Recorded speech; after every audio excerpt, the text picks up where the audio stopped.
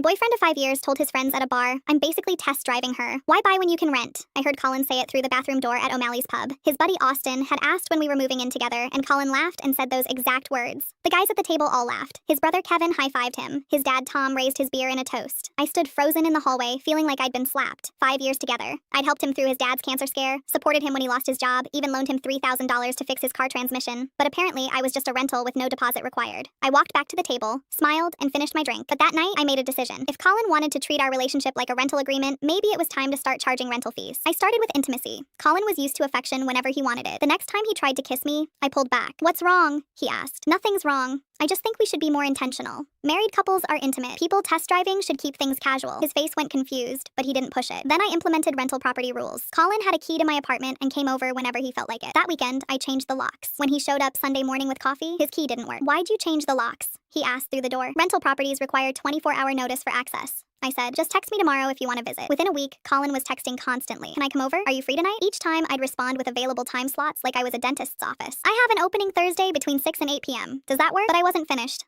I stopped attending his family dinners. For 3 years, I'd shown up every Sunday, bringing homemade desserts and helping with dishes. That Sunday, his mom called. "Megan, are you coming? I made your favorite pot roast. I appreciate the invitation, but I think family dinners are for family members, not test drives." I wouldn't want to give the wrong impression. I could hear her sharp intake of breath. "What did you say?" "You'd have to ask Colin about that." I replied and hung up. His mom called him immediately, then his brother, then his dad. Colin showed up at my apartment that night, panicked. "What did you tell my mom?" "The truth, that I'm just a test drive." "Those were your words, remember?" "I was joking. It was just guy talk." "Interesting, because it didn't sound like a joke when your dad toasted to it." That's when Colin went into overdrive. He sent flowers to my office 3 days in a row, bought me a $400 necklace, started talking about looking at apartments together, even mentioned meeting with a real estate agent. But I'd been doing some research. I called his buddy Austin, the one who'd asked about us moving in. Austin felt awful about laughing. He also told me something interesting. Colin had been looking at apartments for us for 6 months. He'd already put down a deposit on a 2-bedroom downtown and was planning to surprise me with the keys on our anniversary next month. So Colin was planning to move in together all along, but still made that joke to seem cool in front of his friends. He was willing to humiliate me publicly just to get laughs. That made it even worse. Our anniversary came. Colin took me to Bella Vista, the Italian restaurant where we had our first date. He was fidgeting all night, barely eating. After dessert, he pulled out an envelope with shaking hands. "Megan, I love you more than anything. I know I've been an idiot, but I want to build a life with you." He opened the envelope and pulled out keys attached to a keychain that said, "Our home. I got us an apartment. Will you move in with me?" The entire restaurant was watching. The couple at the next table had stopped talking. Our waiter was standing nearby. Even the couple by the window had turned to watch. I looked at the keys, then at Colin's hopeful face, then at all the strangers waiting for my response. I smiled and said, loud enough for everyone to hear, "Colin, that's so sweet, but I'm still test driving you. Why would I commit when I can just keep renting?" The restaurant went dead silent. Colin's face drained of all color. Someone dropped their fork. I stood up, grabbed my coat, and walked out while Colin sat there holding his keys, looking like his entire world had just collapsed.